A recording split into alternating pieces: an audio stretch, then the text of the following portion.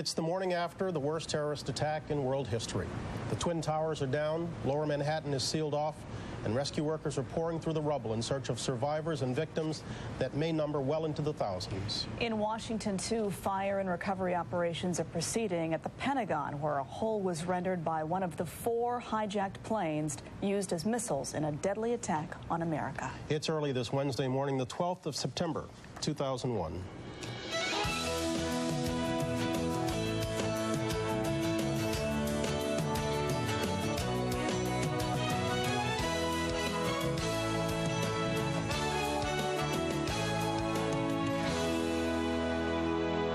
It's the morning after a Wednesday morning like no other.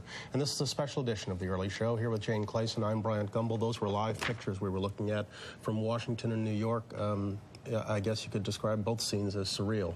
Eerie. Eerie is the word that I used as I was walking around the city last night and this morning again as well. The task of accounting for the thousands of workers now begins, hoping that there are some survivors still in the wreckage. New York City is a very strange place this morning. There are people who are hoarding food. If you tried to go to a line yesterday to try to buy milk or bread or butter or eggs, any perishables, they were hard to come by.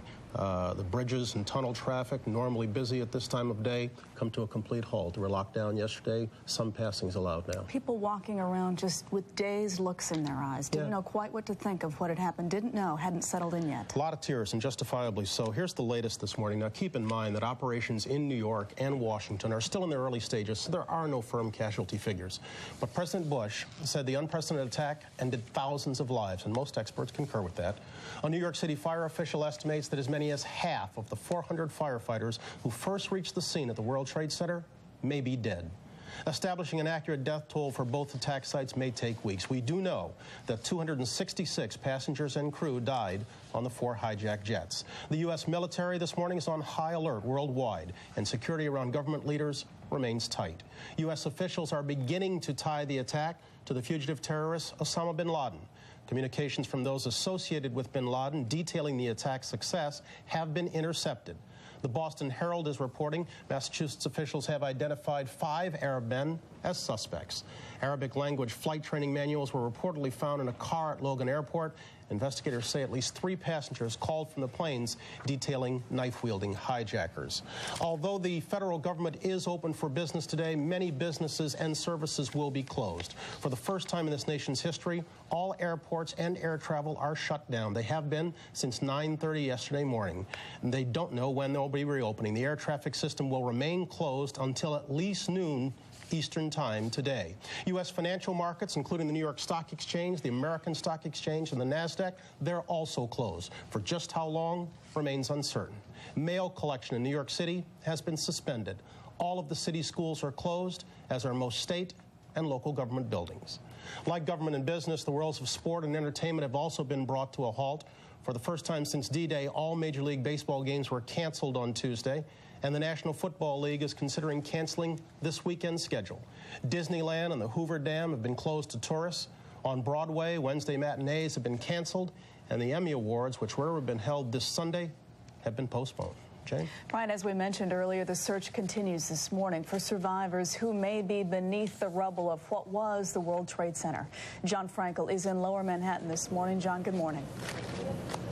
Good morning, Jane. Well, we are situated at Canal Street and the West Side Highway, which is about 10 blocks north of where the World Trade Centers once stood before yesterday morning's accident. As for the rescue efforts right now, things have been hampered greatly because there are still fires that are burning. There is a great deal of heat. There is lots and lots of smoke, as you can see over my shoulder, and because things are still very unsettled at the site. So rescue workers were really unable to get moving into the area to Ground Zero till about 2 and 3 o'clock this morning. That's also about the same time that some big rig construction vehicles lined up along the West Side Highway here, made their way south to the site, and are trying to dig their way through the rubble to look for survivors. There have been reports of survivors, people using cell phones to reach loved ones, police radios, police officers that have been stuck and trapped under the rubble have gotten word out that there are survivors, but it may take many hours. We don't know how many people will have survived by the time rescue workers are able to get to them. About a mile north of us here, going up the West Side Highway, sitting right along the Henry Hudson, and the West Side Highway here is the Chelsea Piers area, which has been set up as a temporary morgue. Again, as you and Brian have said, no idea on numbers, way too early to speculate on how many people have been injured right now. Jane? John, we heard reports this morning and last night that people were calling from the rubble on their cell phones as we look at some of the pictures of yesterday's attack. Any truth to that? Again, we have heard reports that there have been calls made by people that are in the rubble. Mayor Giuliani spoke to that issue, saying that they had received calls over 911 and that some police officers who still had access and use of their radios were making contact with people to say that they were inside the rubble, but people had not reached them yet. There was one report of a gentleman who was situated in the rubble and trapped with a couple of police officers and actually made the call out and cited names of police officers that he was trapped with. Crews I know are coming in from out of town to replace some of the officials that have been there all night. Is that true as well? Yeah, we're hearing reports of lots of volunteers that are coming from as far away as California, all over the country. A lot of them are construction and rig workers as well to help people remove the debris, but of course people in the medical field as well. Rescue and emergency people, physicians, all offering their services here in New York City. John Franklin, Lower Manhattan. John, thank you. Although there are no official numbers yet, the fatalities from the attacks are believed to be in the thousands. Our Dr. Emily Sine is at Bellevue Hospital in New York, where many of the victims were rushed. Emily, good morning to you. Good morning, Jane. That's right. I'm at New York University Bellevue Hospital. This is one of the major trauma centers in Manhattan. Right now, things are very quiet. Throughout the night, there was just a trickle of victims coming in from the site. Doctors and nurses here, however, are braced for what they hope will be a very busy day as increasing numbers of victims are brought up from the site. Jane? Emily, hospitals, what was it like yesterday? I know hospitals were flooded with people, but many are expecting the heaviest wave of casualties after daybreak this morning. Isn't that true? That's exactly correct. But in fact, the hospitals were very quickly prepared for what was to come in the morning yesterday. We know that here there were 270 people admitted. Across town at St. Vincent's, there was about 319 people admitted and treated there. Overall, the best number that we have so far is 1,100 people being admitted to area hospitals. But the hospitals are prepared and were prepared quite early on after this was reported. Jane? All right, Emily Sine, thank you. In the wake of what's happened, New York is anticipating a blood supply shortage. For those who want to help, we want to give you a few phone numbers now to reach the American Red Cross. You can call 1-800-HELP-NOW. That's 1-800-435-7669. To donate blood in the greater New York area, call the New York Blood Center at 1-800-933-BLOOD for locations. In an address to the nation last night, President Bush vowed to help find those responsible for the attacks and bring them to justice. Bill Plant is in Washington with more on that. Bill, good morning to you. Good morning to you, Jane. The senior administration officials that we've talked to are now saying that there's pretty good information that Osama bin Laden is behind these terrorist attacks, although they can't be entirely sure. That means that President Bush now faces the task of determining how to respond, whether it's bin Laden or members of his networks, if they are shown, in fact, to be responsible for the attack. The president, who began yesterday in Florida, finally headed back to Washington under battle security conditions, a fighter escort plainly visible off each wing of Air Force One. Mr. Bush returned to the White House and from the Oval Office delivered a message to the nation. Thousands of lives were suddenly ended by evil, despicable acts of terror. The pictures of airplanes flying into buildings, fires burning, huge structures collapsing, have filled us with disbelief, terrible sadness, and a quiet, unyielding anger. Terrorist attacks can shake the foundations of our biggest buildings, but they cannot touch the foundation of America. These acts shatter steel, but they cannot dent the steel of American resolve. The president also had this warning to those responsible for the attack. The search is underway for those who are behind these evil acts. I've directed the full resources of our intelligence and law enforcement communities to find those responsible and to bring them to justice. We will make no distinction between the terrorists who committed these acts and those who harbor them. A clear threat there to those who harbor terrorists. We have to say again that the information about Osama bin Laden's involvement, we are told, is tentative. They don't know whether he himself ordered these attacks or whether it was some members of his network. In any case, that will try to be sorted out. But one administration official was quick to say that they will not be looking just to bring the perpetrators of this to the bar of justice. They said that the answer from the U.S. will be decisive and punitive. Jane? Bill Plant in Washington. Bill, thank you. It is 6:10 Eastern Time. Bryant? All right, Jane, this whole tragic sequence of events began a little more than 21 hours ago when the first plane hit the World Trade Center. Yusef McKenzie was working at a nearby shop and saw the whole thing. Mr. McKenzie, good morning. Good morning. How you doing? I'm fine, thank you. How are you doing is a better question. Still a little nervous about everything yesterday. I think I'll never, ever forget this in my life.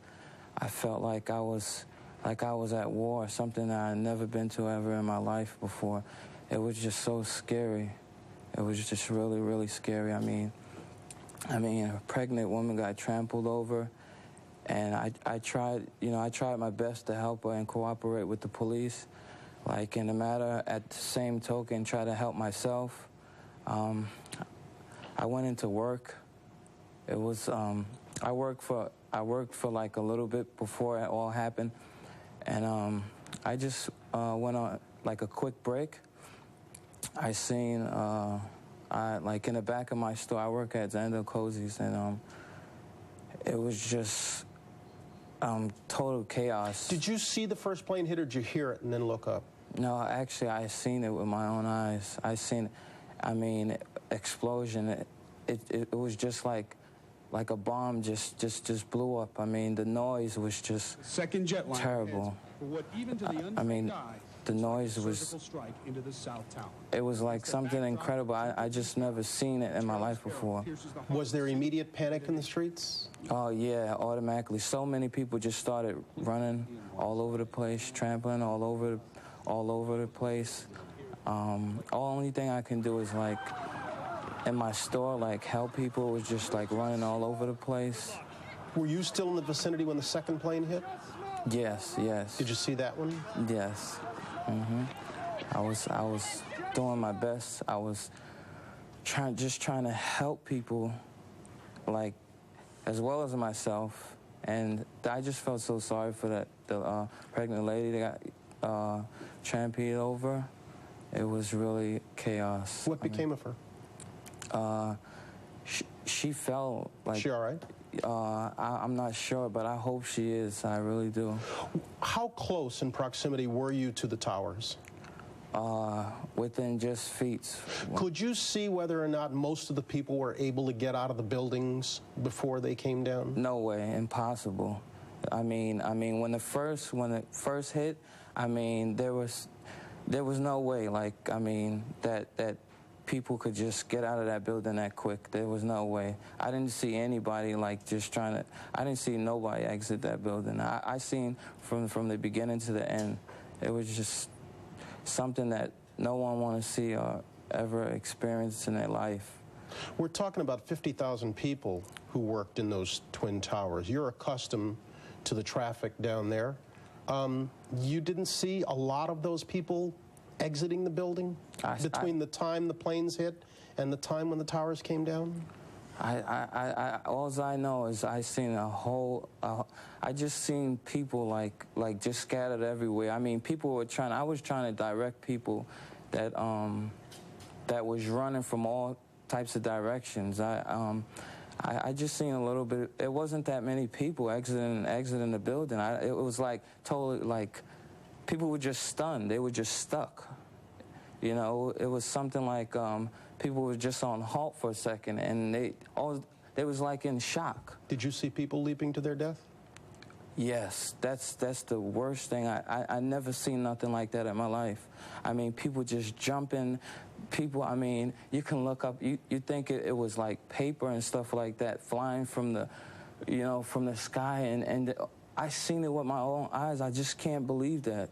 I just can't believe, I mean, you know, so many bodies just, I mean, just, it's like, all I can just now is just see flashbacks of what happened, you know, and You sound scared still. Yeah, I really am. I mean, that's something that I never want to experience again, and I just hope that, you know, whoever's responsible for this, you know, really suffer tremendously, you know. Yusuf McKenzie, thank you. You're welcome. Good luck to you. Okay. Scott Wally along with Kerry Connolly back at our Boston studios here. Of course, the CBS will be on the air all day long continuing to cover this story. As you know, certainly know by now, 2 of the hijacked planes took off from Boston yesterday. In the Herald article this morning, the lead article in the Herald, I'll just read from it briefly. One former FBI terrorist specialist said yesterday the hijackers who boarded the flights at Logan may be part of a terrorist cell in Boston. Robert Fitzpatrick is the name of this man.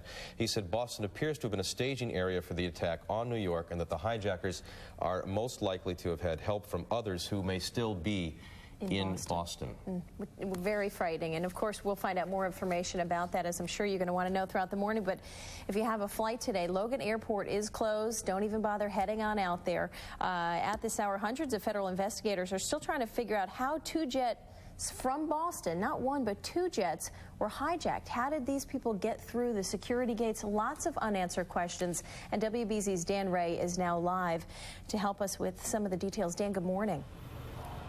Good morning, Kerry. Good morning, Scott. Out here at Logan Airport, a lot of activity visible as we drove in this morning. Pretty quiet, but we do know there are a lot of federal investigators here, also Massachusetts State Police investigators trying to find out exactly what happened. We do know that 2 of the planes left Boston yesterday. Both of those planes did crash into the towers in New York. Now, both newspapers this morning say that there is the beginning in this investigation of the development of some evidence which leads investigators to believe that the individuals who were involved in this may have crossed the Canadian border, may have flown into Boston yesterday from Portland, Maine. Now, that is based upon the fact that they were able to find a vehicle here at Logan Airport. There may have been some sort of a disagreement amongst some other air travelers here at Logan Airport, and that vehicle that was found actually had inside of it a Quran, a manual in Arabic, indicating how people could fly the plane. And we had all that activity now coming out of Boston, and that is why all the investigators here. The source is basically saying that 5 men have been identified, 5 men, Arab men, including one who was trained as a pilot. Now, at least 2 of these suspects, as I mentioned, reportedly flew in from Portland, Maine yesterday. Authorities believe that they had traveled there after having come in from Canada. The bags of one of the men did not make the connection, and the Globe is reporting this morning that inside that bag was a copy of the Quran, an instructional video on flying commercial airlines, and a fuel consumption calculator. The FBI in Boston has refused all comment. We've been able to confirm these reports as of this hour, but meanwhile, Logan Airport is still closed this morning to the public. When word of the crashes in New York arrived here yesterday, the airport was immediately shut down. Several flights were still actually in the process of taking off, taxiing out to the tarmac. Pilots then told passengers that there was a problem. Those flights were aborted. They returned to the terminal. And while there are many unanswered questions, one thing that is very certain this morning is that the flying public is going to be facing a lot of inconvenience when these airports reopen. Oh, okay. All right. Ray, thank you very much. Well, now we are getting new information on the list of people on board the 2 planes that left from Boston. This is by no means a complete list, but here are some of the names as we have them right now. Ken Waldy, a Raytheon employee from Methuen. Peter Gay, also an employee of Raytheon. He was from Andover. Richard Ross, 58 years old. He ran a consulting firm in Newton. Neely Casey of Wellesley. Mark Bavis, a former Boston University hockey player. He is from Providence, Rhode Island. He was a scout for the NHL's Los Angeles Kings, 31 years old. Garnet Ace Bailey, 53 years old, of Linfield, the director of pro scouting for the Los Angeles Kings hockey team. He was also a former Boston Bruins player. David and Lynn Angel. He was the executive producer of the NBC TV show Frasier. The couple was returning from their home in Chatham. Also, Daniel Lewin, 31 years old, the co-founder of Akamai Technologies in Cambridge. Brian Sweeney, 38 years old, of Barnstable, and Jane Orth, 49, of Haverhill. John Cahill of Wellesley, the co-pilot and the pilot, respectively, of American Airlines Flight 11, which hit one of the Twin Towers yesterday. Tom McGinnis of Portsmouth, New Hampshire, and John Oganowski, the pilot of Flight 11 from Dracut, Mass. Tara Creamer from Worcester. Ted Hennessy from Belmont. We also have Peter Hansen, Susan and Christine Hansen, all of them from Massachusetts. Christine was only 2 years old. Charles Jones, 48, of Bedford. Bill Weems of Marblehead. David Retnick of Needham. Robin Kaplan of Natick. Also Anna Williams, Allison, 48 years old. She lived in Stoneham. Jeffrey Coombs, 42 years old, from Abington. Thelma Cuccinello, a 71-year-old woman from Wilmot, New Hampshire. Alex Filipoff, 70 years old. He lived in Concord. 46-year-old Paige Farley Hackle of Newton. 28 years old, Amy Jarrett of North Smithfield, Rhode Island. Also, Jesus Sanchez, 45 years old, of Hudson. James Hayden, 47, of Westford. Juliana Valentine McCourt, 4 years old, also of Westford. Sean Nassany, 25, of Pawtucket, Rhode Island, and Lynn Goodchild, 25 years old, of Attleboro. Of course, folks all over the country so affected by what happened yesterday. And of course, in the initial stages, in the moments and hours of panic, folks wondered if their cities, their buildings might be the object of attack. We just didn't know. First it was one tower, then another tower, and then suddenly the Pentagon, and then another plane, a major hijacked plane crashed in Pennsylvania. So it was chaos, and buildings, large buildings all over the country were evacuated yesterday, including the skyscrapers here in Boston. Yeah, I was walking downtown yesterday, Scott. It was like a ghost town down there. Everybody just cleared out. And WBZ's Christina Hager, she joins us now from downtown Boston with the very latest there. Christina, good morning. Well, good morning, Carrie. The city is beginning to wake up around us. State workers going back to work after going home early yesterday, but it's still unclear whether the high-rise buildings here in the Back Bay, like the Prudential building behind me, will be reopening after yesterday's terrorist attacks. We caught up with one man this morning on his morning walk, a World War II veteran who became so emotional talking with us about what had happened, he broke down crying. I think everybody has been shaken, and I was a young boy when Pearl Harbor happened, and as a youngster at the time, I didn't feel the full effect of that until I grew up and went into the service during the war. But today, everybody has had their sanity shaken, definitely, and everybody's going to reevaluate everything they're doing every day.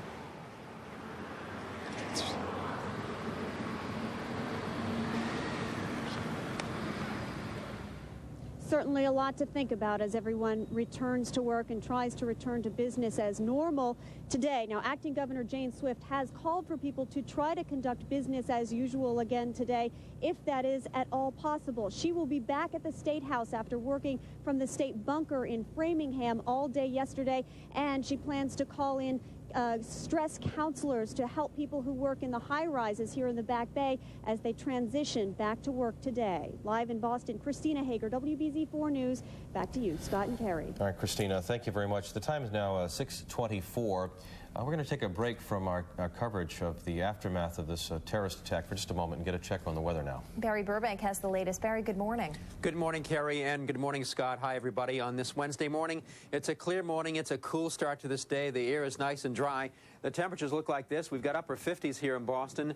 It is clear all the way down through New York City, where it's 63 degrees down there. We find 40s in many of the suburbs, 42 right now in Norwood, to 52 in Plymouth. We find almost 50 in Lawrence, to 48 in Fitchburg. So it's a chilly morning, but as the sun comes up here, it's going to be a nice clear morning. We're still watching Hurricane Erin, still very close to New England, but obviously, as we've been indicating, it's going to be moving away, and it's still moving very slowly towards the east and moving further away from New England, so not concerned about that. We'll be watching a band of clouds become more prominent across northern New England this afternoon, as we see a few scattered clouds showing up here in southern sections during the afternoon hours. So that's the deal of the day. We should see sunshine prevailing just about all day long here, with most of the clouds way off to the north and west this afternoon.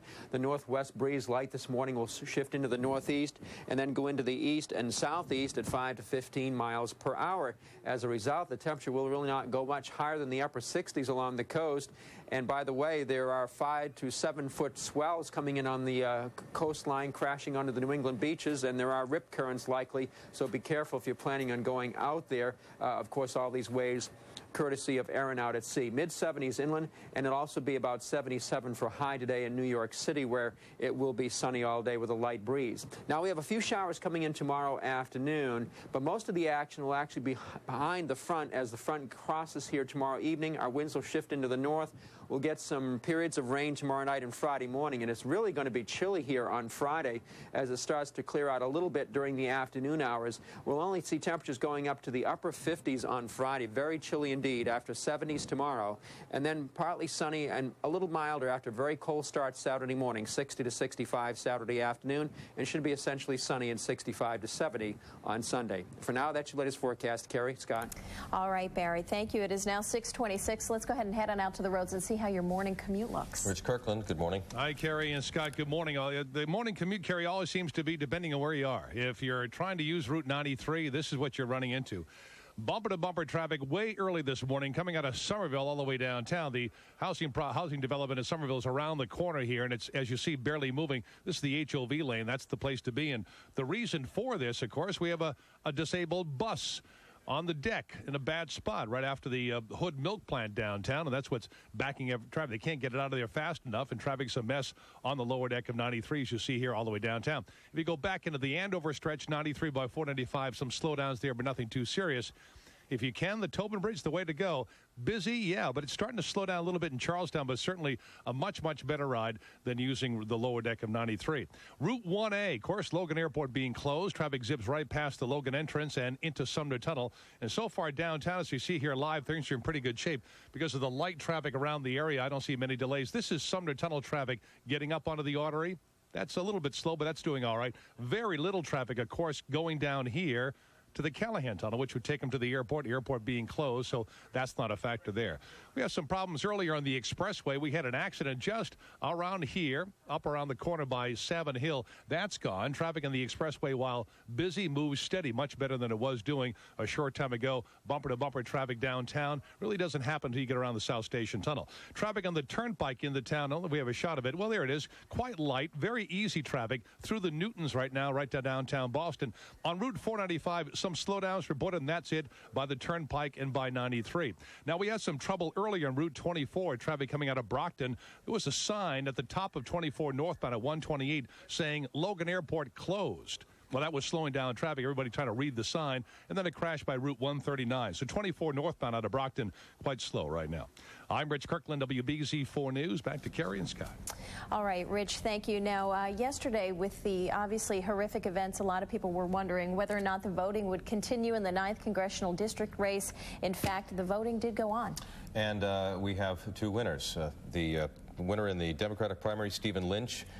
He was the front runner going in, and he led the way with 40% of the vote. On the Republican side, State Senator Joanne Sprague is the winner, and Ms. Sprague and Mr. Lynch will be facing off in the general election for the late Joe Moakley's seat on October 16th. And we will, of course, have continuing coverage for you throughout the morning on this day after, the day after what they're calling the new day of infamy. The headline in the Boston Globe this morning, we're looking at live pictures this morning of Manhattan, where Mayor Giuliani and many people are understanding there are survivors in the rubble making phone calls from their cell phones. So, of course, we're all obviously hoping and praying that we can get to those folks sometime soon. And among the editorials around the country this morning in the papers, from the Philadelphia Daily News, revenge. Hold on to that thought. Go to bed thinking it. Wake up chanting it, because nothing less than revenge is called for today. We will demand nothing less than a full and deadly response. Perhaps those sentiments echoing your own this morning. We're going to go to CBS News in New York, where they're continuing coverage, and we will be back a little bit later on this morning, as Boston is one of several federal crime scenes.